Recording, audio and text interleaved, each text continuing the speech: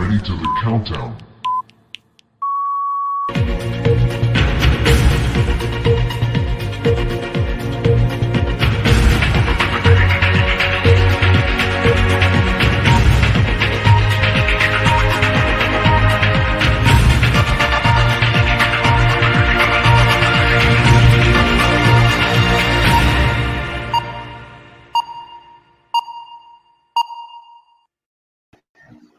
Hey, our community artist, responsibility, Racine. How you guys doing? Welcome to the show.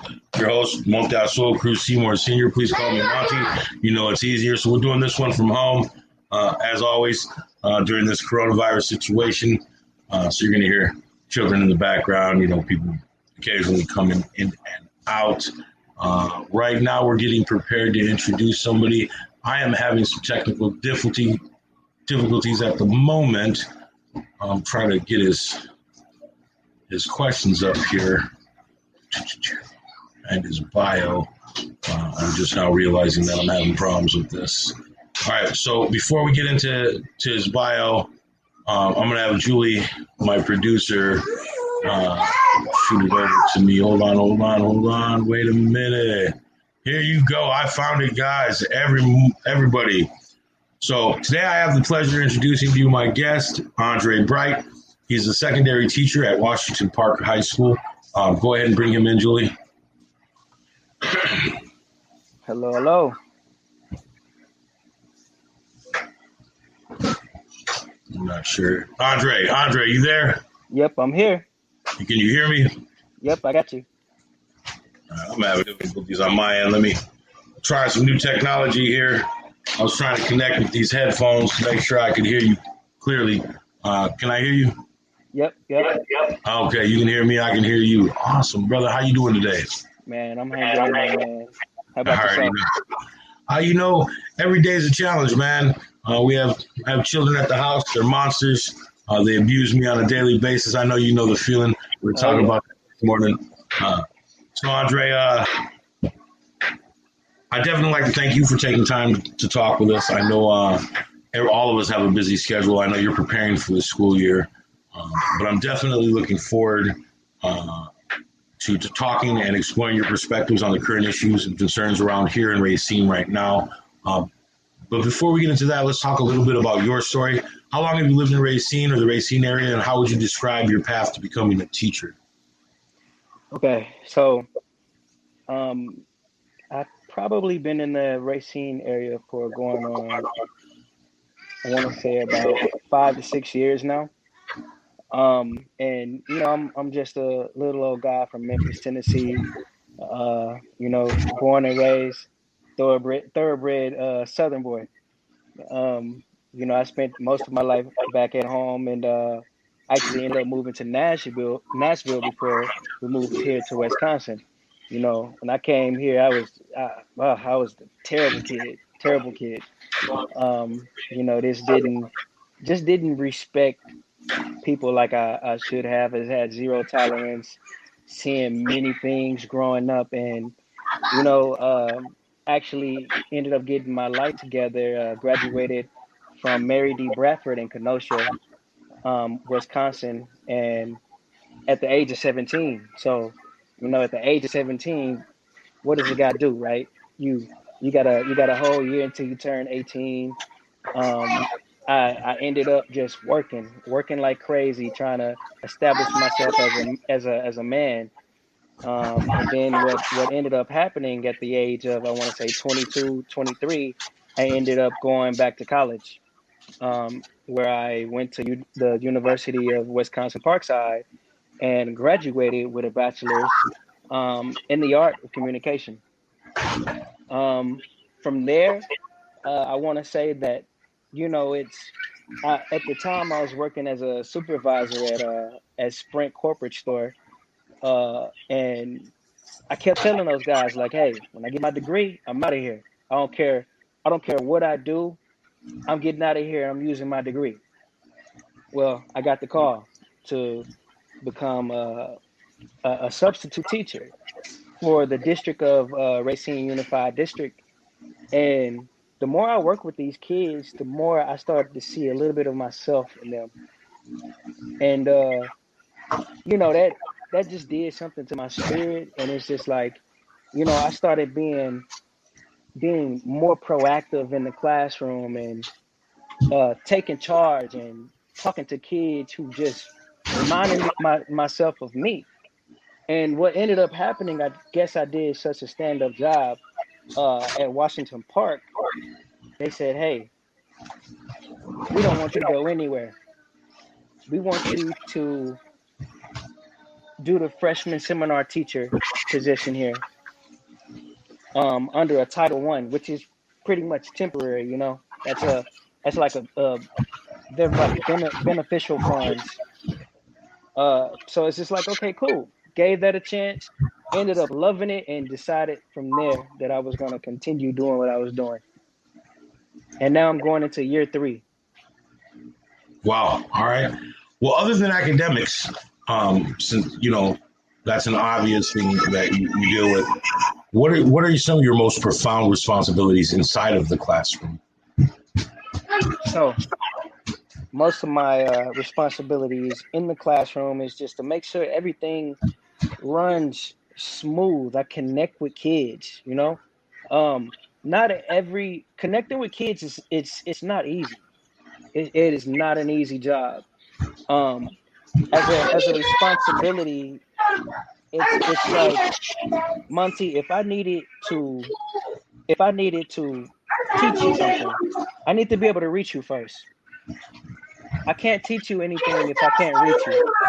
So what more can I do than to relate to you? I'm gonna find something that you're into. I'm gonna talk to you about my background. I'm gonna talk to you about where I come from and what I believe in, and I'm gonna connect with you on some type of plane. And then I'm gonna be able to teach you something. And also, just because I'm teaching you something doesn't mean I'm shutting myself out to learn something from you.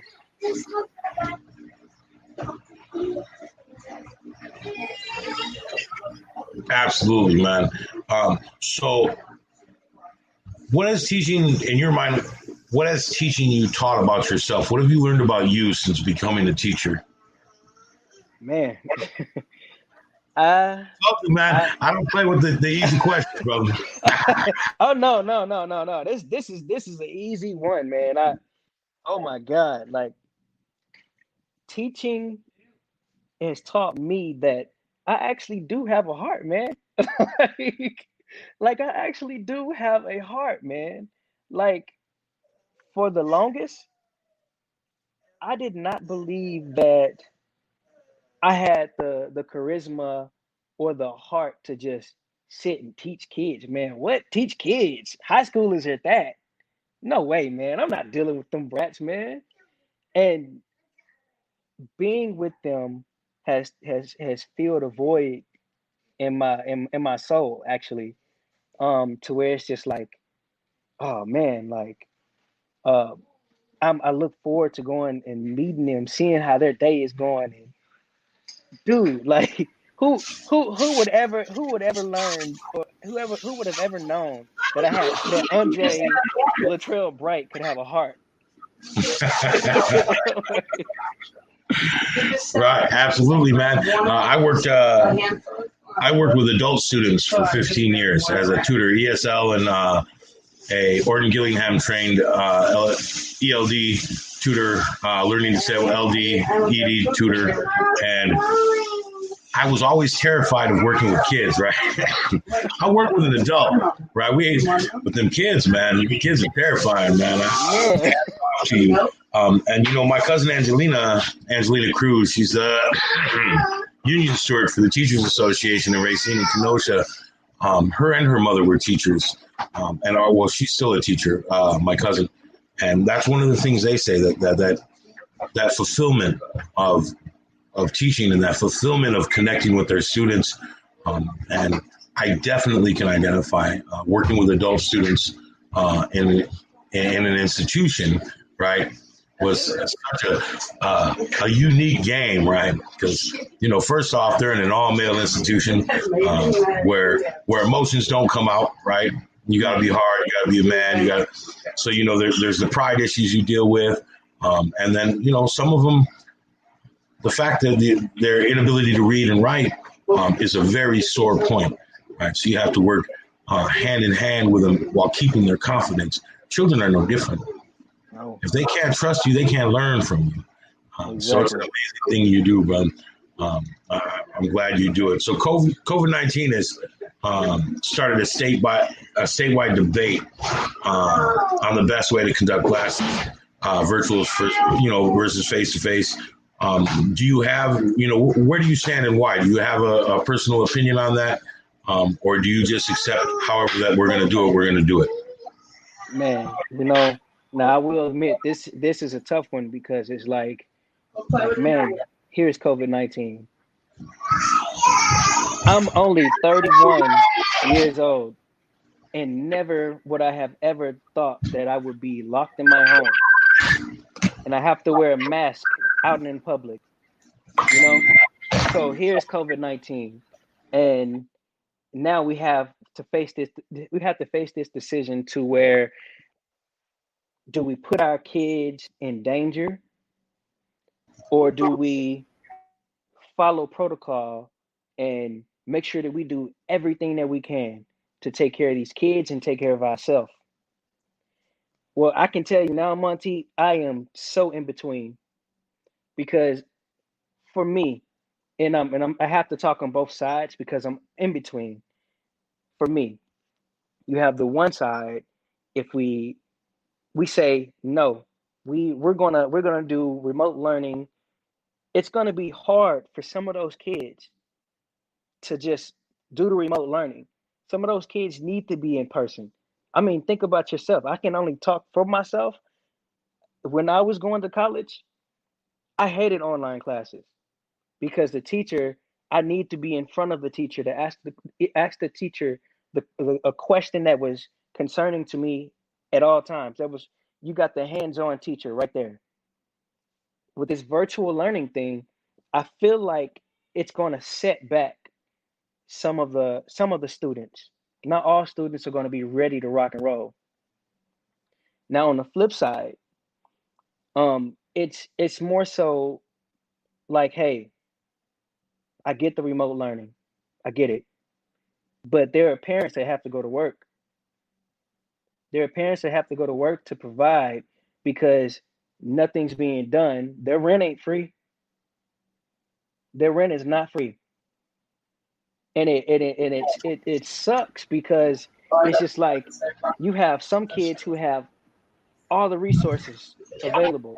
Then you have the other set of kids who don't have any resources available. So I'm really So stuck. so as a father of two children who are in our RUSD right now, uh, what about? So I know they're supplying us with the technology, right? They're going to give all the kids Yep. their own little laptops / tablets. Are they going to have their own Wi-Fi internet attached to that, or do we have to supply them with Wi-Fi? Because I know there are many families in our community who aren't blessed to have the extra money to pay for internet at home. What about those children? How do we support those children? So I'm not sure. We haven't gotten our technology yet because our children are undergrade 2.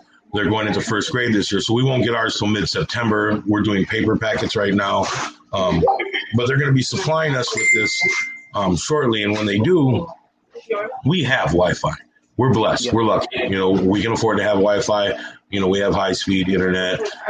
But what about families that can't afford it? Are those tablets going to be Wi-Fi on their own? Do they have their own cellular service?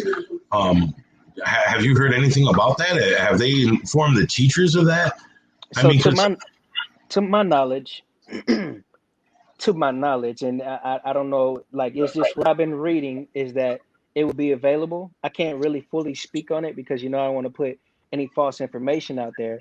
But from what I was reading on some things, it would be available because I mean you have to think too. They've had to plan this and actually think like, okay, if we give these kids laptops and tablets to work from, what if they don't have Wi-Fi? But here's the other thing. What if what if the parents can't pay the rent? What if the parents can't pay the light bill? That's because they have to sit home with the kids. And as much as that sucks, I'm against the fence on both sides, because if I was in that situation, thank God I'm not at the moment. But if I was in that situation, it would be scary for me, because it's just like, oh man, I don't have a babysitter. Mm-hmm. I have to work to provide and put food in this house and pay the rent and pay the electricity bill, and all everything Absolutely. that comes with it. So I'm totally against the fence, and the thing is too, it's just like, you have to think of the age brackets. Some kids are going to understand, like if you were to bring all the kids back to tomorrow, some kids understand, hey, can't take off my mask. Some kids, they don't understand. Oh, I'm gonna sit on my mask today. Hey, I'm gonna swap my mask out with my best friend. Absolutely. Those are things that we have to deal with when you're dealing with kids in elementary going into middle school. High school kids, it's you know it's hit or miss, because they may or may not do the same things that elementary kids may do. Right. But that's the thing that we got to worry about, Monty. So here's another question. I have a friend. She's a full-time educator at the RUSD. She works at one of our middle/grade schools, and she doesn't have Wi-Fi at home because she can't afford it. She's a teacher. She's making a teacher's salary, but between house payments, card payments, and her other bills, Wi-Fi isn't in her budget, which is why she drove to school every morning, right?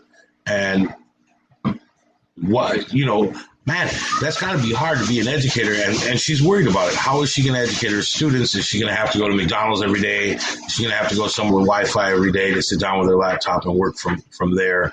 But even our educators, if we're going to force our teachers, so as a father of 3 small children, and a human being with COPD and a child that had breathing problems early on in life, COVID-19 poses a real threat to me and my family. I am all for protecting our teachers and our students.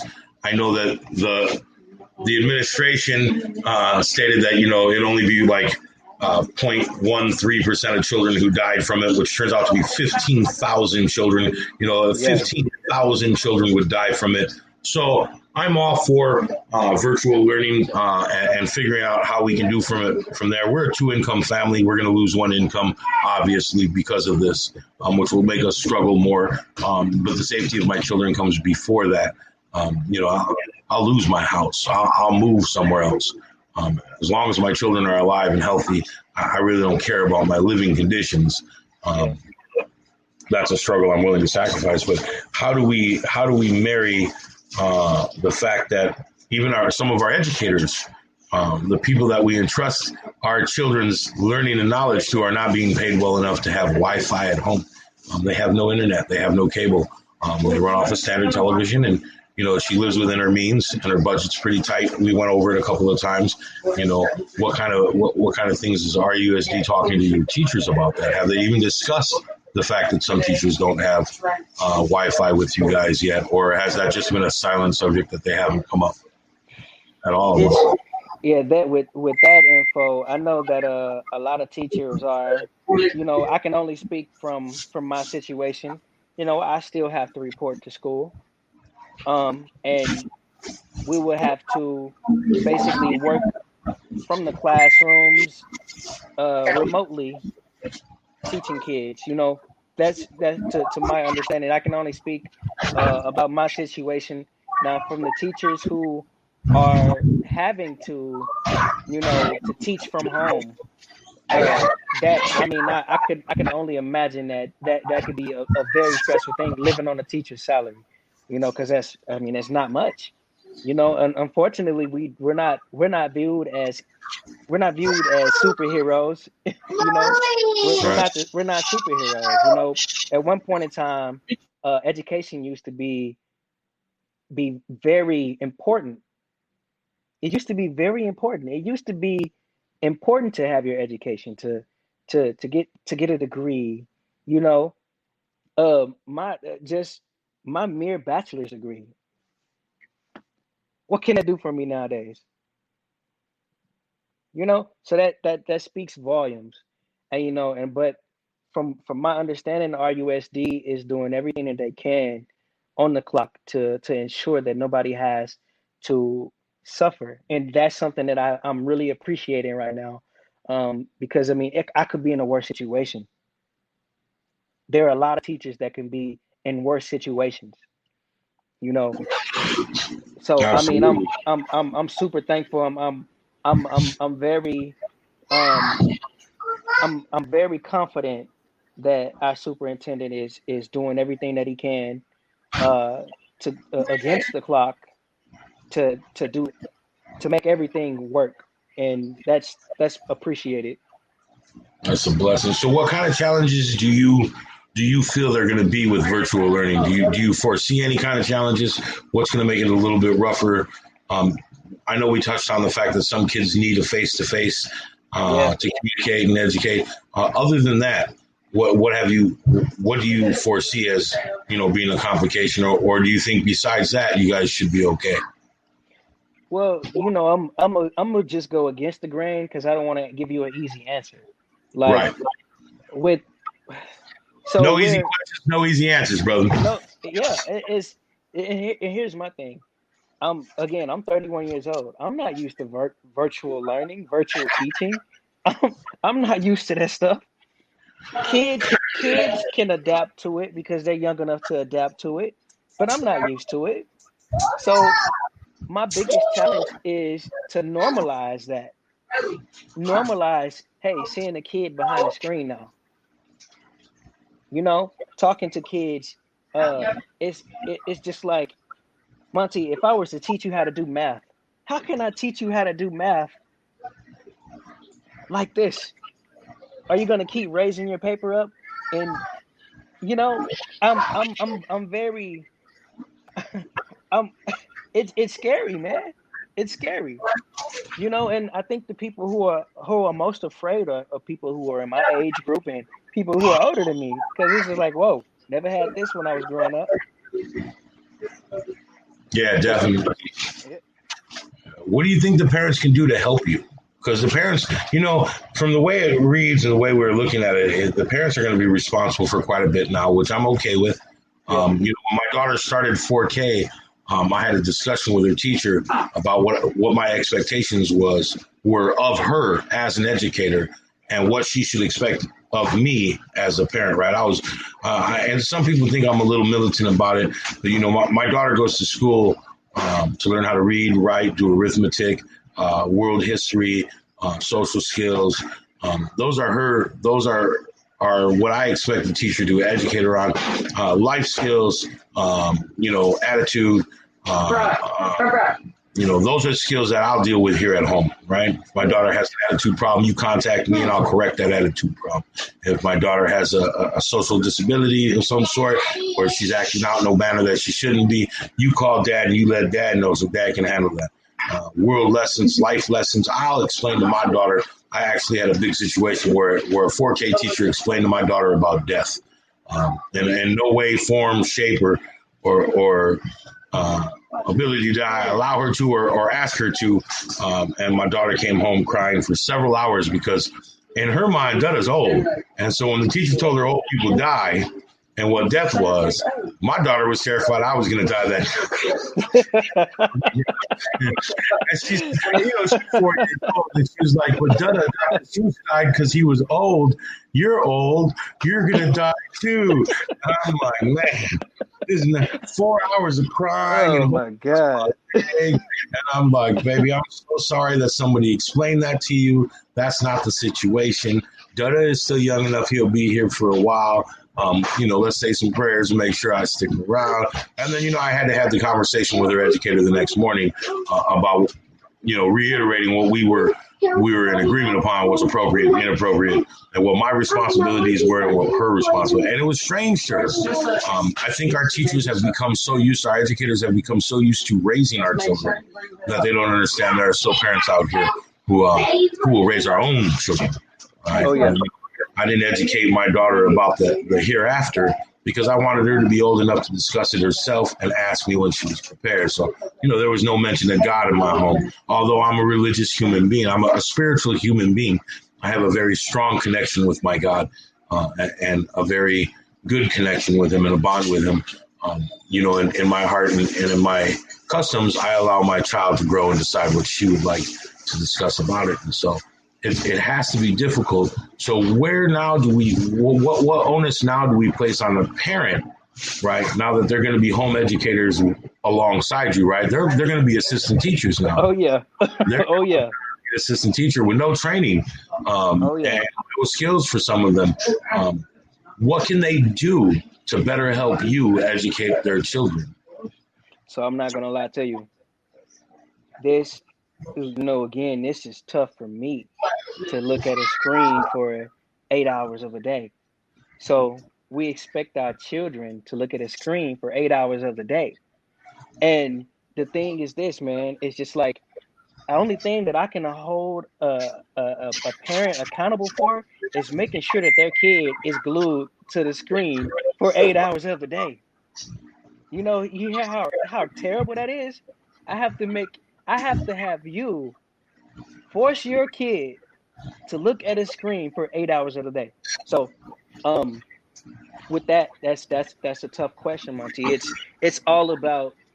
I mean, I'm pretty sure it's gonna be like breaks in between, because when the parents, like, if any parents are gonna be helping with the kids, I would definitely assume to where it's just like, hey, can you just make sure that your kid comes back on time? Can you make sure your kid isn't doodling while I'm teaching? Can you make sure that your kid, if he or she has a question, let them know that it's okay for them to ask me, hey, Mr. Teacher, Mr. Bright, whatever you want to call me, I don't get this. Can you explain it a little bit better for me? Maybe this may be an evolution to teaching. Maybe we can finally get to the point where we don't have any kids left behind. Yeah, absolutely. We've been talking about, we've had open conversations. I have with educators in the past, and I've been blessed that several of my very close friends are in the educational system. So I have a friend at Horlick. I have a friend now at Park, Andre. I have a friend at Mitchell, James, Olympia Brown, and then one of my closest friends teaches in our private school industry at St. Cat's. And so, I've spent a lot of time talking with them as a tutor and an ESL tutor. So I work a lot with non-English speakers. How much better it is for me doing my work 2 or 3 hours a day with a student, right, where they can assimilate the information, retain it, think on it for the day, and then come back another day to learn something else. The growing evolution of our educational system is something that, if you look at it, our educational system has never changed, right? It was created in the 1800s, our modern day institutional system for education, and it's continued that way. And I know when it started, we were preparing our citizens and our children for their future in the work field, right? 90%. When you think about it, in the 1950s, the average reading level was 6th grade, right? This is in the 1950s. The average reading level of an American was 6th grade. It's 9th grade now, right? So while you and I are extremely well literate, and my mother was a curseful blessing in her punishments, right? I get my ass whooped. But she much preferred to make me read and write a book report. And now when I say make me read, my mother didn't make me read things I would like to read, like comic books or Garfield or Thor. I read the entire works of Shakespeare prior to my 12th birthday. I've read everything Aristotle has ever written, Plato, Socrates. My mother went hard when she went hard, and there was a purpose for it. She didn't want a stupid child, is what she used to say. My children will not be stupid, right? You may not be educated in the forms that the educational system wants you to be, but you will not be unintelligent, whether you like it or not, and I will whoop your ass to make sure you become intelligent, right? So, the average reading level is ninth grade in the United States, which is why certain, administration figures have made it to where they've made it, right? It's hard to hold it.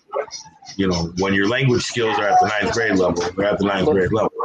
But Monty, you pose a great question in what you just stated. It's a language. So there may be a language barrier on some of these screens, especially when it comes to the parents.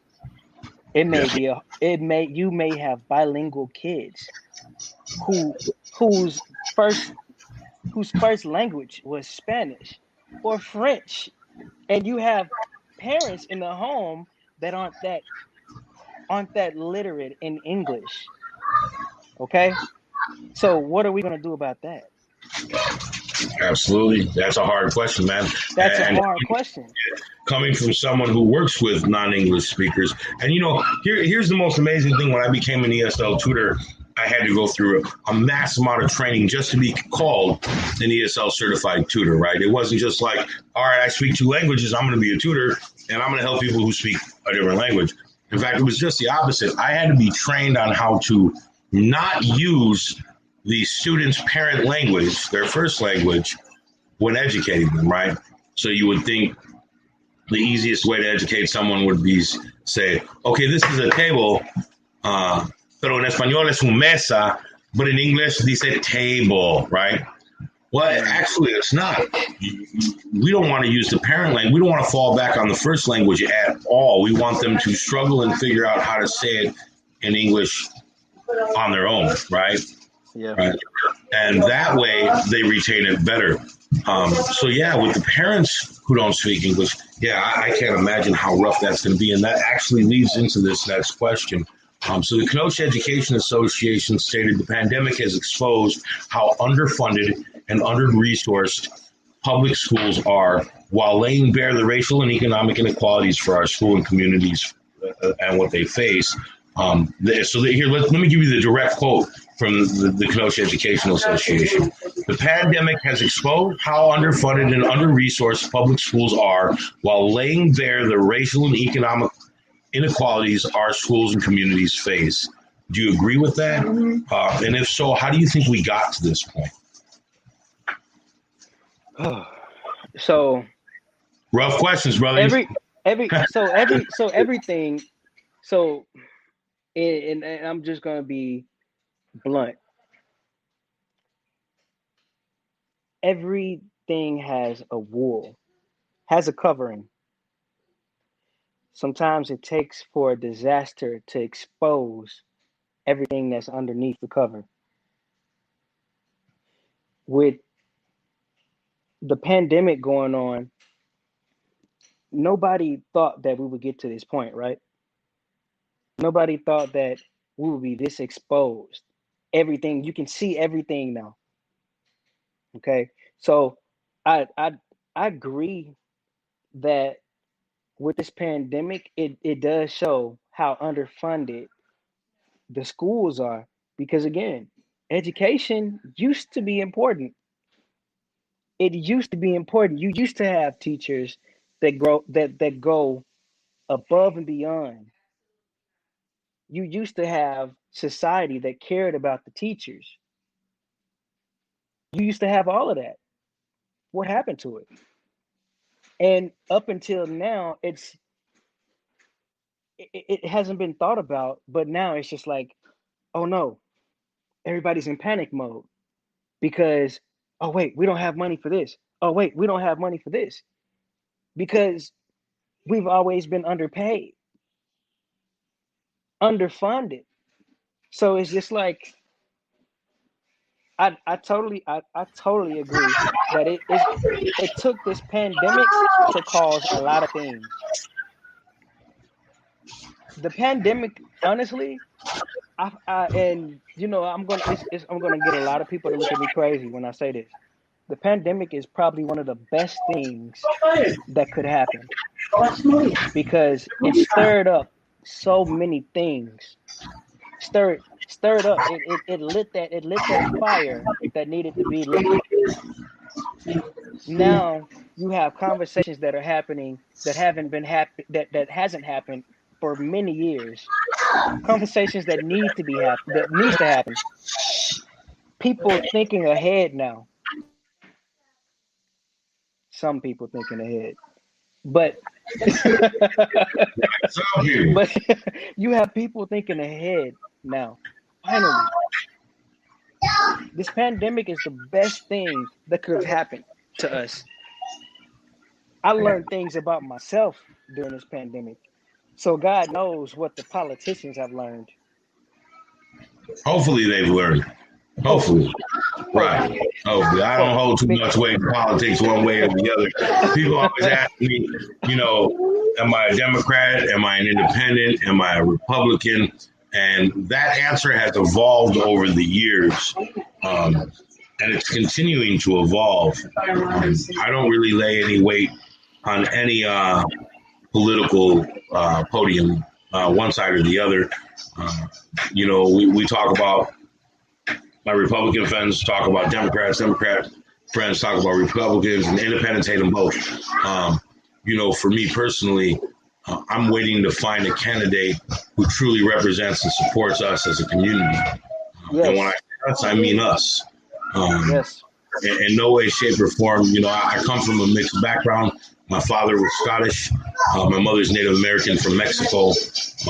My children are mixed between their Caucasian mother and their minority father. My nieces and nephews are white, black, Mexican. My youngest sister's mixed. So I have no party line based on race. I believe humanity, right? And so as a program, we also take that same stance. But when we discuss our community, we know what we're saying and we understand. And those who don't understand what I mean by my community aren't a part of our community, and they'll never understand, even if I explain it to them. Mm-hmm. They don't understand what the hurt is. They don't understand. We had that talk about ancestral rage and ancestral pain. That when you can feel in your genetics and your DNA a hurt that you don't understand that has been with you, and then you communicate. As men, we tend to hide our pain, right? Our suffering and our hurt, because we're men. We have this false belief that men are strong and men are hard and men, don't suffer, or if they do, they suffer in silence.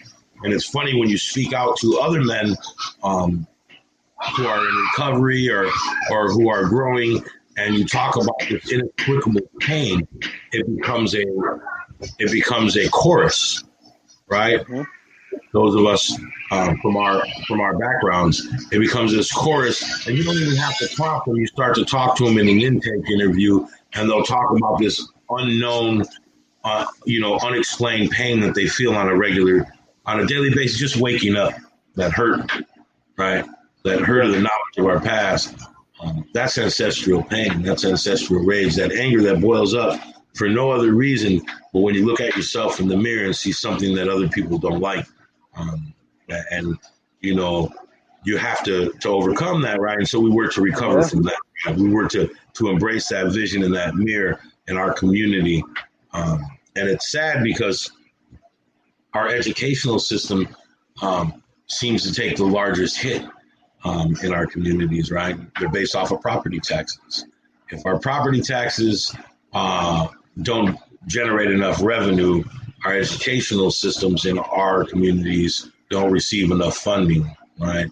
When we have schools that are so far behind in their technology that even after using it, their students go to the real world and have no idea what the new stuff is because they've never seen it. This is, when we're teaching in schools with books that are 20 plus years old, that haven't been updated. And there's 5 versions after that, right? And you look at this book and you're looking at the copyright from 1992, and you realize your child is about to be educated from what they knew in 1992.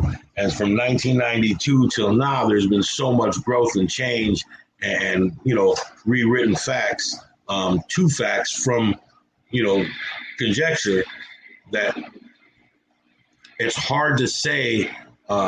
It's hard to say that people just have a choice in our community. What's a choice without an eye? This is my first thing. Well, you have choices to make to guide your future, and I agree with people when they say that. Absolutely, we've watched some amazing human beings make it from the most horrible conditions into the limelight of stardom and billionaire status. When we're talking about less than 1% of 1% of human beings doing that, there's got to be a reason why, right? And when you have choices but no options, what choices do you have? If you're a young boy with no father and several siblings, and mom can barely make rent, and SNAP's been denied because mom has a drug conviction, right? Yep. Now, what do you as a young teen or a young boy do to make sure you don't listen to your sisters cry themselves to sleep from hunger? What do you do when your sisters don't have no shoes, or you yourself don't have no shoes? What choices do we have when there are no options for success, right? We can't all depend on that millionaire benefactor who appears out of nowhere. Lizzie. Sorry, my son's raiding the kitchen table on the other side of me. We've tried multiple ways to keep him out of the kitchen, including a store-bought baby gate, which he tore into two. He ripped it. What's up with that? What's up with that? My kid loves the kitchen. Like, what is up with that? Here you go. So this is the Tasmanian devil. What's up, Bam Bam? Yep, that's definitely Bam Bam. He looked as soon as you said that. Say hi. Hi. Say hi. So he's 16 months old, going on 35. He tore the baby gate down and ripped it into two. So his mother, who's crafty, decided to build a wooden gate, right? Like you would for outside, like a fence gate. It's a smart move. We even put in the outside latches, and he rocked it back and forth. He climbed up to the top, held on, couldn't get over it, and shook it back and forth until it broke the steel latch out of the wood, and then he ripped it off the wood and threw it down and stormed off. We have no clue on what we can do to keep him out of my kitchen when we're cooking. Like, ain't no cooking by yourself in my house because you have to have a tag team, right? Man. One has to keep the kid from destroying the kitchen while the other one has to concentrate on cooking. And sometimes we got to tag in and out, right? It'll be too much for me. He'll be already driving me crazy, and I'll be like, I'll cook. Man, she over there cutting up tomatoes right now. We made some, I made some homemade refried beans and rice, and we're making some tacos and burritos for dinner. And it's a hassle, bro.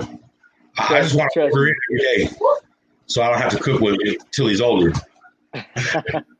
Trust me, man. I get it, man. Like these days, it's getting tougher. So it's just like, hey, honey, what can I do?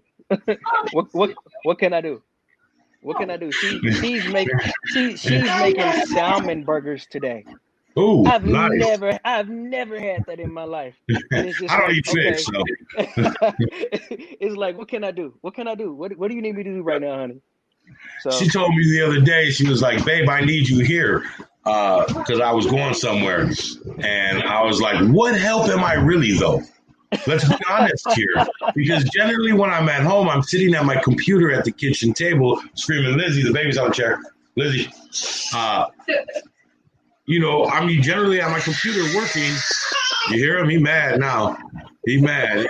She got him in his chest. I'm generally at my computer working, either doing paperwork, working for our company here and there, moving, or I'm doing this, right? I'm doing research and bios with Julie. I'm, reading over the questionnaire list that we have for our guests at that point. I'm trying to figure out how I can engage more people at one time. Like, I believe there's a game on right now, so our attendance is lower. Right? Let's just be honest. Sports today is definitely something that holds the attention of us. So, we got to do what we got to do. Got to, man. And for me, it's like I love baseball, as you know. I'm Dodgers. I love football. I love the Chargers. I'm a Laker fan. I'm from LA. There's no way I cannot be a Laker fan.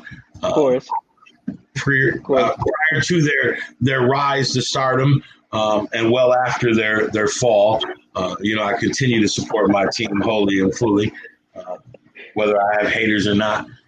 It's like, you got to throw that out there. You always have the haters that be like, oh, the Lakers. Everybody loves the Lakers. Yeah, but I'm from there, so I love the Lakers because they were my home team before they became superstars in the league, and and the greatest basketball team in the history of the league. Right? We're gonna forget about that whole run in the '90s with MJ and the Bulls. Right? We're gonna pretend like that didn't happen. We're gonna just elevate the Lakers all the way up to the top. Hey, you can't take away a decade though, man. That's a whole decade, bro. Like it'd be cool if it was a couple of years, but that's a whole decade, bro. It's still to this day, like one of my closest friends is a Bulls fanatic, and he's a Michael Jordan fanatic. Well, he loves them all. And you go into his house and he has the life-size Wings poster of Michael Jordan with his hands out. The brother got like 400 pairs of Jordans, right? He can tell me, we went to, so I don't know nothing about shoes. I'm going to be honest with you. I came from, I was so poor that if I had duct tape, I would use duct tape to cover my Vans to make sure that he came from a similar background. But now that he's doing better, like we were at the store the other day and he stopped to go just shoe shopping. He was like, let's stop over here and see what shoes they have. And I'm like, all right, bro, you go there. And he's telling me how these Jordan 14s are a mixture of Jordan 1s, 2s, and 7s. And they took the tops off of these and put it on this. And then they have a colorway. And I'm like, he knows it all by heart. And I'm like, what's 2 times 7? What's 2 times 7? Leave me alone, bro. But ain't that crazy, man? Ain't that crazy? We got kids that know rap lyrics but don't know their ABCs. We got people who know the history of a shoe but can't tell you the history that they come from. We were talking about how rich people stay rich, and they had a meme, and it was showing a regular guy on the street standing next to Steve Jobs, and they were comparing their outfits. And Steve Jobs was wearing like a $27 outfit, shoes included, right? $8 pair of Vans, $4 pair of jeans, $20 shirt. And this kid on the street was wearing brand new Jordans, a $200 pair of Pele Pele or whatever they were pants, and a $90 t-shirt. It's how we invest our funds that will decide how we grow, right? And we have an entire, not just one, but multiple generations of community members who have no idea what to do with their money when they receive it, right? They're like, well, I only make $250 a week. I only have like an extra $80 a month. And I was talking to a friend of mine who's an investment broker, and he was like, Monty, you give me $10 a month. $10 a month for the rest of your life, and when you retire, you'll never have to work again. You won't have to get a second job. And I was like, $10 a month? And he was like, it doesn't take that much to build a future. It just takes a dedication to save them, right? It takes a dedication to the future to prepare for your future. And it was an eye-opener for me. Up to this point, I didn't have a retirement. My retirement plan was to work until I died. Right, that's reality. Most of us from our communities know we're going to work until we die. There is no retirement. Our median salary is much lower than the average. Our lifetime income is far lower than the poverty line. So the reality is, I thought I would work till I die. Now I am building and growing something that I can leave behind as a legacy. right? So that my children, when I pass, I don't leave them with bills like my father did. When my father passed, my family had to scramble and fundraise to pay for his cremation and his services. And my sisters, I was gone at the time. I wasn't here. They did it. They were able to make it happen so that my father could have a ceremony and then have his ashes separated for all of his children and then give him that gift. But how many of us don't? You know what I mean? How many of us end up in a box, a cardboard box, in our kids' basement because they have to work. They don't have extra funds to buy an urn or to do something special with their parents' ashes or bury. Right now, the reason why cremation is so amazing is because it's so comparatively cheap to buying a grave. Mm-hmm. A grave will cost you, $10,000-$15,000 with the casket and everything else involved. And if I had $10,000 or $15,000, I would move. When we live in the hood, the first thing I had extra 20 G's, I'd move out the hood. What do you mean? Bury my mama, bury her. Listen, Mom, I love you. You're going in a cardboard box. You're going in an oven. We're going to put your ashes in a box. We're going to put them on the shelf. We're going to label it Mama, and we'll talk to you on a daily basis. I ain't got 20 G's to put you in the ground, Mama. Yeah, man. Yeah, man. I don't have the ability to leave that legacy down for your great grandchildren to visit. They just have to take you where they go. you a house mom. You coming with us, man? That. Those are the struggles, and those are the struggles that we want to address here and give voice here. And I've seen we've had some viewers coming in and out as we go here. They haven't been making comments, but they have definitely been paying attention and watching. So what's great is we get quite a bit of views and shares afterwards, right? And so over the next 3-4 days, people will stream in and view this and take part in watching it, and then I'll get questions. They'll send me questions, or they'll comment it after the show's all done. They'll find the comment feed and start asking me questions, and I'll be like, "Bro, that was 2 weeks ago." You know what I mean? Hey, I'm that guy. I'm that guy. I am too, really, bro. People will send me an invite to watch their live show, and I'll be like, yeah, I'll get to it. And then, 3 days later, I'll be like, damn, man, hold on, let me ask this question and see if they'll get back to me now. You know what I mean? And they'll be like, bro, man, what's wrong with you? I'm the guy that sends a heart and then come back to revisit on some of the most important parts and be like, hey, XYZ.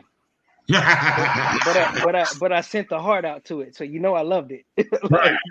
Absolutely, right? Absolutely. The vision for our community, our responsibility, we had talked about it a little bit earlier, is to have a broadcast in every city, right? Milwaukee, Kenosha, Chicago, Madison, Green Bay, Minneapolis, Detroit, Los Angeles. I'm going to be visiting San Diego later this year for a job, and I'll actually be renting a car and driving up to Los Angeles, where I'm from, and visiting some family. I haven't been there since I was a kid, and I'm 44 years old. Sometimes I can hear the ocean and the mountain calling me, right? I'll sit down at the lakefront here, and it doesn't smell the same. I don't smell the salt. I don't. There's just a difference. The waves crash differently. It's still calming to me, but it's been 30 years since I've sat at my at the ocean and looked out on the Pacific, and yeah, man. So I'm gonna go visit, and while I'm there, Lizzie, you can't leave him there. He's got him again. No, he's not. Look in his hand. So sorry, child problems again.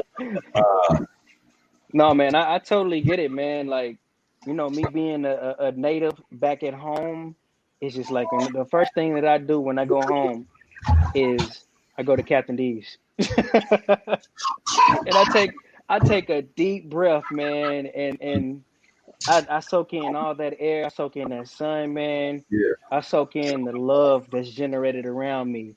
So I get it, man. Like, Dude, I get it. I've been on YouTube just looking up my neighborhoods and my old spots, and there's some stuff growing in LA. There's this movement. I don't know if you ever heard of the Fraternity, right? They played off the name the Illuminati, and it's this brother who started the first one called All Flavor No Grease, black taco stand and quesadilla stand in the hood. And What? listen, so in LA, it's a lot different than out here. Our hoods are across the street. Could be a neighboring, a neighboring gang, and you're at war with them, so you don't cross that street. And he got so big that the warring factions out there had to call a treaty because they just wanted to come across the street to buy food from them. And so, they had to approach it as a treaty, an actual treaty. The wars in LA are different. So they're like, listen, we don't want to come over and mess with your homies. We just want to come over and buy tacos from Big Bruh, right? We're in your neighborhood for positive reasons. So I sent word out to him. I'm definitely trying to get to see if we can sit down and have a conversation and I can try one of his tacos. I'm saying, man, I'm a fat guy, bro. You can see the chin. Ain't no doubt when you looked in the camera, you can see both chins when I go down. Right? I'm wearing a B cup right now, sports kicking it. I'm a food man. So I got a question that's completely off topic. What is your favorite ethnic food that isn't from where Tennessee? Like for me, I just went down south, and on our trip down south, if you look at my personal page, you'll see 7 or 8 videos of my drive from Wisconsin to Texas, stopping off in Kansas, in St. Louis, in Oklahoma, in Texas. Everywhere I went, I got barbecue, right? I'm a fat man. I got barbecue, collard greens, black eyed peas, cornbread, the food that I love, right? So for me, soul food is my favorite food next to traditional Mexican food, right? Because, I cook tacos, enchiladas, tamales. If you I bang it. And my tacos, like when I do my pork tacos, they sit in the slow cooker for 12, 15, 16 hours before I shred down the meat and then fry it a little bit so it's crispy on the outside, soft on the inside. So for you, let's talk because I'm going to go see the Fraternity. I'm going to All Flavor No Grease one way or another here in Los Angeles. I watched the same video 6 times of him cutting up a quesadilla, a 3-meat. He called it the 3-meat quesadilla: chicken, pork, and shrimp, right? So I'm watching it and I'm salivating, right? But what touched me the most was how he was bringing community together through cooking, right? And that, I don't care how we do it. When I say our community, our responsibility, Racine, my vision and my mission is to bring people together, to strengthen our neighborhoods by ourselves without outside interference. Interference is equal to violence, right? When they come in, they stop us from doing our lives and decide what we can do without our input, right? So let's stop the interference, right? And what can we do to build our cities and our communities ourselves? This brother figured it out for his body, for his hood. He brought the people together with food. So I don't care how we do it, right? We're going to bring our communities together. We're going to bring strength and growth to our communities. For you, right? What's your favorite food outside of Tennessee food, right? Don't tell me it's barbecue because you from Tennessee. I love me some barbecue, man. I love me some barbecue. Tennessee, I expect to hear barbecue. What's next on the list? Man, okay. So if I have to say anything, I love me some Mediterranean food, but one thing that I was taught to make, I forgot it because it's been a minute since I made it. I'm probably gonna butcher this. Arepas. Okay, I know what you're talking about. Yes. So one of my mentees, he's more like a little brother to me, is from I think he's from Venezuela. Okay. And he kept on talking to me about it, like, I gotta get you to try these things. They real good. They gotta get you to try it. I'm like, Okay, man, you got me. Like, teach me how to make it. Let me see what it tastes like, man. And I tasted it, and I was just like, oh my god, this thing is so simple to make, and it's really Yeah. good. So I would say that I would say that next to some Mediterranean food. I love me some Mediterranean food, bro. Like, Yeah. it's just a different flavor. My niece has recently moved back to the States. She had during her school years, she was an exchange student. She went all over the world, and she met a boy in her senior year, right before she started college and graduated from college, who was from Palestine. And they fell in love and they got married. He's a wonderful human being. I love the man wholeheartedly. He is my nephew 100%. So he came here from Palestine, and he recently came to my home and barbecued. My niece and him barbecued for us. And they used all the same ingredients that we use, but the flavor was insanely different, right? And they made their own tzatziki sauce, which isn't called tzatziki sauce; it's called cucumber sauce or whatever it is. They made their own, like everything from scratch. And I'm just banging this, right? I'm like, man, ain't no pork in this, obviously ain't no pork in this, right? I'm like, I could, if you cook like this every day, I can go without eating a ham or some bacon, all right? I don't need no ham hock or nothing like that. If you cook this for me every day, I'll be Muslim too. I'm just saying, my heart follows my mouth. My stomach, my heart, one beat. Cook like that, and I'll. How you want me to pray? Well, what? Where are we going? I'm down, man. Cook like that. My drink. Oh, go ahead. Monty, man. I have to do this. I have to shout out this place, bro. It's in Cudahy. It's called Twisted Plants. Bro, you need to check that place out before everything starts back up, man. I will shoot you the info. It's called Twisted Plants, bro. Forget shooting me the info. You right down the street from me. Hit me up and we'll go eat together. My treat. We'll go have some. Is it all vegetarian? It's all vegan, man. It is all vegan. Okay. It's vegan, bro. Man, I had it. I make eaters on a regular basis. You might be able to change my mind if it's good enough. I eat meat. I tell people chicken, pork, or beef. Come on, man. Listen, man.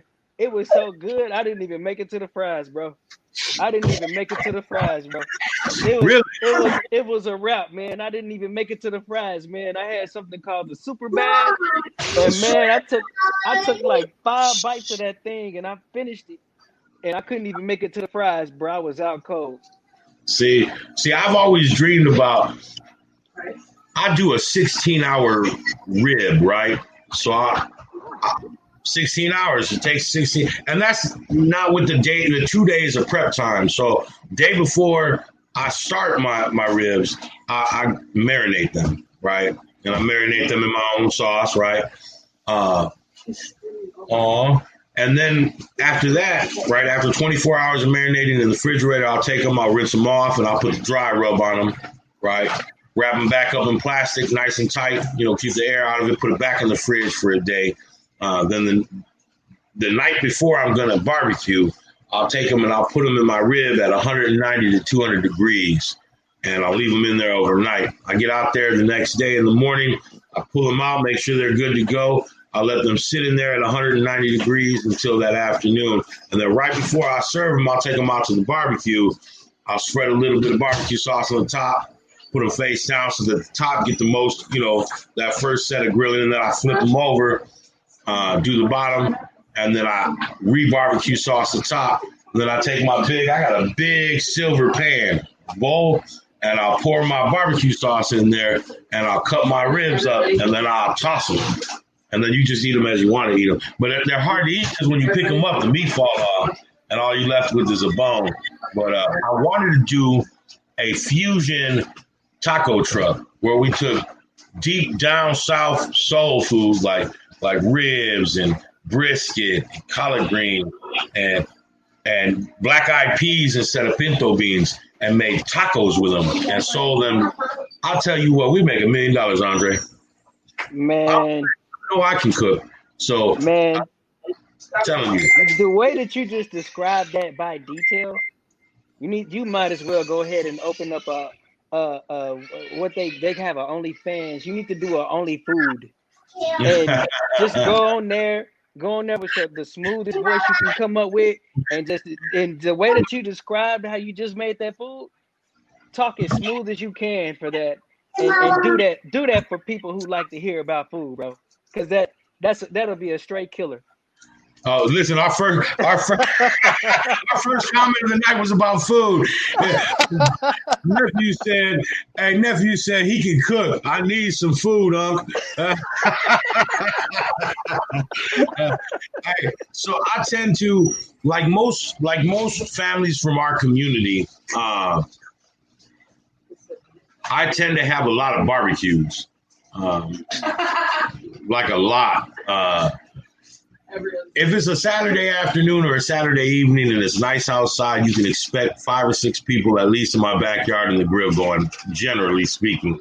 And then every one of our birthdays or holidays, we try to start. So, I'm co-owner of a business called Here and There Moving Inc. We have 3 partners total. We are a family company, even if we're not blood related. And so our employees come from our neighborhoods. They come from our communities. We try to employ within our own. Not that we wouldn't hire outside of our community, but we want to give that first shot to those people in our community trying to change their lives and trying to become better human beings, or at least support their families. If they are already good human beings, we're gonna do our best to weed out anything that we would find would put our clients in danger, obviously. But we give preferential treatment to those coming from our background and coming into the world. And so I make them come to my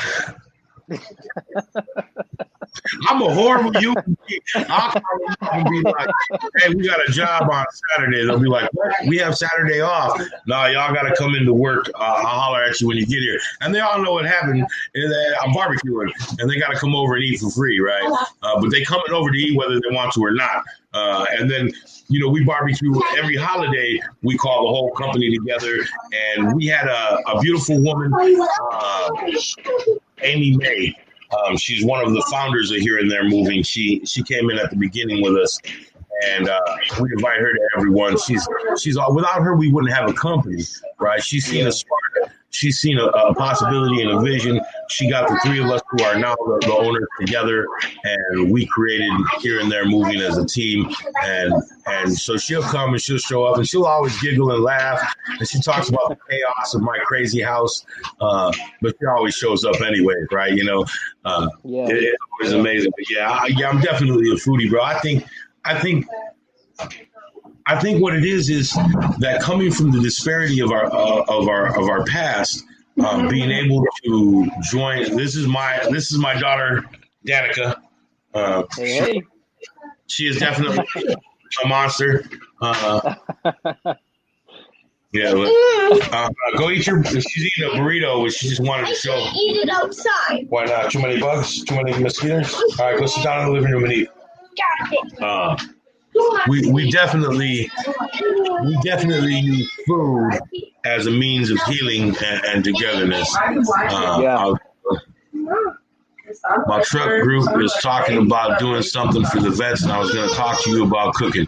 Jim Bob, hit me, man. I'm always down to help our veterans, the men and women who sacrifice their freedom and their lives for our freedom are somebody I'll always support. Jim Bob, hit me up, brother. I'm definitely down. Hey, Andre, I just want to say thank you, brother. We had them conversations, and it was such an amazing way. I don't know if my viewers know this. Our community, our responsibility. I met Andre in the weirdest way possible for us to end up in the position we are now. He called me one day to ask me if we had availability to move his family coming up here. It's in late August or early September? Yep, early September. Yeah, early September. And we had discussed it, and we just kind of clicked on the phone and talked, and we started talking about your work with your frat. Why don't you tell us a little bit about that before I go on about how we got to here. So I'm a proud member of Kappa Alpha Psi Fraternity Incorporated. So, my frat just instilled a lot of things into me. Man, when I say that, fraternities are different for everybody. So my experience may not be the same as anyone else's, but with what was instilled into me, it was just a lot of responsibility. I was no longer just Andre. I was Andre of Kappa Alpha Psi. So anything that I did reflected my fraternity, and everything that I had, it was just like I had my brothers, and I don't want to. I don't want my brothers to be ashamed of me. Why would I go out here and do something stupid? So I want to say for 3 years, I ended up doing a community service.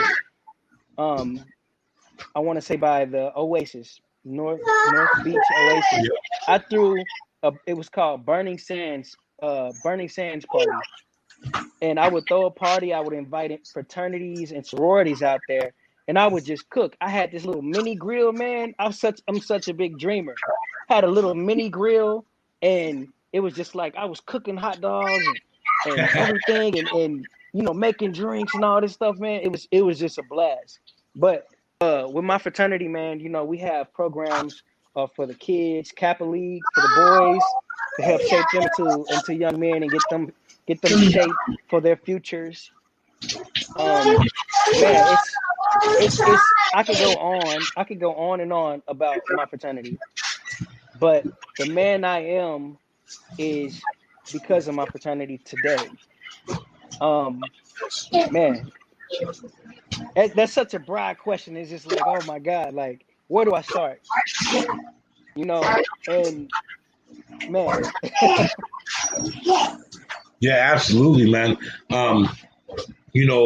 I think as a company, so we believe in service work. We do a lot of work for the Vet Center for free. We do a lot of work for housing programs for free. We will donate our time if it means to better serve our community. And our employees, so we're a small business. We don't have the funds to pay our employees no matter what. You know what I mean? If we're not getting paid, we don't have that capital that we can just say, hey, it's cool, we'll pay them anyways. That comes out of me and my partner's pockets. And sometimes if we're low enough hours to where, our men need to make up hours because they're losing out, we will. Dave and Kevin and myself, or Amy before, we were willing to lose our cut in exchange for making sure our employees could feed themselves and home their children, and care for themselves. But with your fraternity, service work, how does that work with your fraternity now? Are you still doing service work? Do they participate in service work? What community do they serve? So we service all of the community, with emphasis on the Black community. But we serve everybody. We service everybody, man. Because the community needs service, man. Like, we try to do cleanups. We do cleanups. We do food drives. We do coat drives, backpack drives, anything that you can think of. We do it. And it's just like, we have brothers. That's our motto, man. Achievement in every field of human endeavor. So we're gonna achieve in everything that we do, man. Like, so, at any point in time, we definitely gonna rap. Because I see more opportunities and more and more ways that we can help each other. Yeah. So it's definitely something to rap. And I seen that it was a comment. I definitely would like to work with Jim as well. Jim's an amazing human being. Trust and believe. Uncle status doesn't get handed out easily. You'll see a lot of my viewers will hit me up and say, "Hey, Unc, that was a title I was given by work. Not for free." And I try to the Native American philosophy is that there is all members of the tribe are related, regardless of blood. When you approach a man or a woman of your age in the tribe, you refer to them as brother or sister, right? If they're from your generation, and if they're from the generation next above, you refer to them as auntie or uncle, unless they're close to you, and then you refer to them as mother, even if they're not your birth mother. And then as they age, it goes up, grandmother, grandfather. So I take a strong sense of pride when one of these young men or young women refer to me as uncle, and it's a huge deal of respect to have achieved that trust from them, right? That they yeah, and then, I get the calls. My girl be laughing. I'll get a call and I'll be like, "Who's calling me now?" And I'll answer. We'll talk, and she'll just kind of giggle. And she'll be like, "What do they need? Are they okay?" I'll be like, "Yeah." Or I'll be like, "No, I gotta go. It's 2:00 in the morning. Someone's at the bar, too drunk to drive home. They had no one else to reach out to. I'm hitting it. I'm going. I don't care if you wake me up at 3 a.m. I don't care if you wake me up at 2:30 in the morning. I don't care if I have to be up in 45 minutes. If you're at the bar or at a friend's house or somewhere and you've had too much to drink, call me. I will get up. I would gladly lose sleep over watching you die or go to jail. I extend that invitation to all my viewers and all my friends on Facebook. They all know. And I get them calls to be like, "There you go again, Uncle Monty to the rescue." And I'll be like, "What other option do I have?" So we're not going to say that on our program because our program is on. You know what she said? She called out the Kappa side, thinking that the mic was off. I was so quiet, I didn't think he could hear because he's deaf in one ear. Right? No, I heard her. I heard her over there swish washing and wish washing. She lucky I don't. I'm not really serious. I get whooped on a daily basis here, bro. So I got my older daughter here as well. She's 26. She over here talking sassy on the other side. I'm about to be 27 next week. We're not going to discuss the fact that I have a daughter old enough to be 27. Man, you know what? See, I get it on all sides of sideways talk over here, bro. They understand that I'm on a serious conversation. We're doing a serious but they definitely push the boundaries on the background. I'm gonna have to edit all this out and remove it so that it seems a little small. Hey Monty, did you catch the glare? Did you catch the glare off my glasses when my there was a little bit. Yeah, you saw she was her and the baby were dancing. Now the whole world saw y'all dancing. That's all that matters. That's all that matters. I don't need to call for assistance for you, do you? You're not in physical danger. Blink once if you're safe. Blink once if you're safe. Twice if you need me to send the National Guard. Because, man, I've already blinked 12 times, man. I've already blinked 12 times. I know it. Andre, man, I am so glad that we were blessed with that meeting, and I'll finish the story. So Andre and I had finished our phone call about the moving situation. And I had given him the best advice I could give him about, searching out another company. And he was like, "No, we're going to go with you. You've already convinced me of what I needed to know." And I was like, "There might be cheaper." And he was like, "We already made this decision. Let's do this." And we started talking further, and we talked about our feelings of social responsibility. And it blossomed from there. And I'm very pleased to say that coming up here, we'll be promoting it starting tomorrow, I believe. One of the people that you had spoke about, Adjua, her and I have spoke a few times now, and I have to say, I love her fire. Man. Love her fire, bro. Man.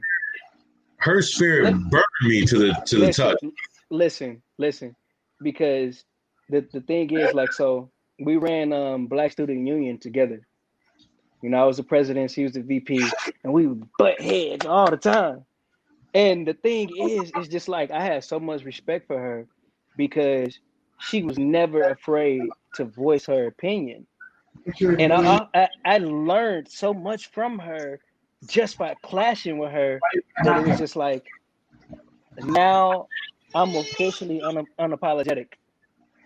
Okay, I am unapologetic, and I have her to thank because you know it's just like, man, she has so much knowledge, man, and I'll definitely be tuning in when that happens, man, because y'all are gonna get it. Y'all are Yeah, gonna get it. I'm excited about taking part of it. I'm excited about hearing more of what she has to say. Her soul was there, man. When we were talking, she had brought up some of her poetry. We were discussing her poetry, and she writes with soul, right? She writes with her heart. She writes with her feeling. She had no qualm or complications in speaking her heart, and that kind of fire is needed, right? Especially in our community where we've grown cold to reality, and we've grown cold to pain, and we've grown cold to believing we have a future. These are things that we've put out of our minds and out of our education, right? When we talk about childhood heroes, my childhood hero was Tony Montana and Nino Brown. My childhood hero, died in a blaze of glory with millions of dollars of cocaine on his table. These are the people that I looked up to. These are the people that I thought were the vision of my future. And it's sad.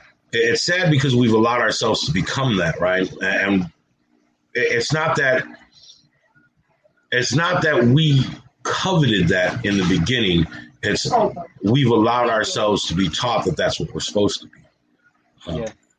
And then, as a collective, we've left. I tell people all the time, my mother was the best father I ever had. How sad is it to say my mother was my best father? Right? Man, bro. And how many of our children, right, our nieces and nephews, right, because they're all collectively our nieces and nephews, we're in this together. How many of them wake up in the morning? I knew a 42-year-old man who had never seen his father's eyes, didn't know what color they were, didn't know what his last name was, didn't know where he came from, didn't know who his grandparents were. And at 40-some years old, this still hurt him inside, right? I talk about it all the time. We had a beautiful group a few weeks ago in the 12-step that I participate in called Formers Anonymous, and it was all men at the moment, and we were discussing our hurt from our fathers, right? The things that we lost without our fathers, the things that we had seen without our fathers. And that's something men don't talk about often, right? We have this stigmata about speaking about our dads or the pains, our pain and our suffering. That's something alien to our culture historically, but so commonplace now, right? Like poverty. Poverty has nothing to do with the history of our cultures. We were never poor people, right? We are not poor people. We are strong, proud. Our cultures have meaning. It's like the word Latino and Hispanic. I despise those words. I hate when people talk that way. And I tell them and I speak out, and they're like, well, what do we call you? I am an Apache from Mexico. I have a heritage. I have a history. You have just taken away all of my individuality and generalized me in a group that I don't even descend from. I am not from Rome. I am not Latin. I did not, descend from Italians. There is no such place as Hispania. I think we tend to forget those things, right? Yeah, man. My Nigeria. We were here together I knew him as a teenager here in Wisconsin, and we were very close. He passed away. But he used to tell people all the time when they would ask him if he was black or African, he would say, I'm Nigerian. My family is from Nigeria. I was born there. I was raised there. You can refer to me as a Nigerian. So do you see how proud of a statement that was, I can't say that. You don't know. When I have people address me, I tell them to refer to me as a Black American. I can't, and I am descended from Africa, but I don't know what tribe I belong to. I don't know what part of Africa that I belong to. That's that ancestral thing, brother. And the thing is, when I have people refer to me, you refer to me as a Black American. Or we can go even deeper. You want to refer to me as a Black American native of Memphis, Tennessee? There you go. It's a mouthful, but I do plan on doing the ancestry test because I'm very curious. What tribe do I come from? What's our heritage? And that's the thing, man. We've talked about this. There's always conversation about Black on Black crime, right? But what caused that Black on Black crime, bro? We don't know ourselves. So the first thing that we learn in school is that we start from slavery. That's bullcrap. Right. You're teaching me to hate myself early, and you're teaching me to hate people who look like me. Therefore, I don't have exactly. So therefore, I wouldn't have a hesitation to kill you or myself because I don't like myself. But that's what America is teaching our Black community, our kids. But that's a whole nother discussion. And we getting close to dinner time. And they eating all around me right now, bro. And they eating all around me, man. I'm making this coffee while they're eating my tacos, right? They're eating my tacos, my fresh refried beans, my rice, and I keep looking over. I keep looking over to make sure they're leaving me something, right? Like we got the cilantro, the cebolla, and the beets cut up, and the lime is ready. And I'm like, man, they keep banging at this stuff. I'm like, let one of these little asshole children find their own food. Go hunting. Hold on. Let me introduce my granddaughter, Anaya May. Come here, baby. Papa. So this is my granddaughter, Anaya May. Say hi. Hey. She is a beautiful and wonderful little girl who's gonna get off my lap and go find someone else to eat besides my food now. All right, Andre. So thank you for coming on, man. I can't thank you enough. I don't know if you know, one of our mission statements is giving a voice to the voiceless, right? Traditionally, those of us who come from poverty feel this inability to be heard, right? My mother used to say, as a poor person, she could scream and no one would hear her. And we see it in the historical violence towards our communities, right? People screaming. And now, thankfully, to media like this, social media like this, that silence is being heard, right? 10 years ago, George Floyd would have been a small 2-paragraph article in a newspaper somewhere. Today, he brought to light and brought to head something that's been building for generations. So we're grateful to have this media, and we're grateful to have men and women like you, socially conscious, aware of what we need to do. For my conservative friends, what's amazing is the reason why some of my more right-wing conservatives enjoy our show is the fact that we discuss doing this ourselves. I don't want government funding. I won't take a penny from them. I don't want a federal grant. This is something that we need to do ourselves, for ourselves, and it's something we can do. So thank you, Andre, so much for being a part of the show. You were amazing. We're well over an hour and a half past our 1 hour show time. But, even though we digress quite often, and that is part of our program. We are not robots. We are not machines. Enjoying conversation while receiving comments. I don't know if you read Jim. Jim has quite a few comments on there that you can go back and look at later. Addressed to you, and I'll definitely get in contact. The three of us will have to sit down and talk at some point. And see what we can do to do what we need to do. Give your wife and child our best. Tell them we said thank you for their patience. Yep, she's giving me the eye. Long future of barbecues. We're gonna have to do some fusion tacos and get down, bro. Like I said, man, when I cook, it's for me, man. So hey, I'm all for it, man. I'm all for it. We'll talk to you soon. Thank you so much for participating in our show. On our show, we're dead grateful to you as I start to stutter because I'm watering at the mouth for food. But we definitely look forward to a farther future in this, brother. You have a wonderful day, and thank you for being a part of here and there, our community, our responsibility, Racine. Hey, thank you, brother. Thank you for having me.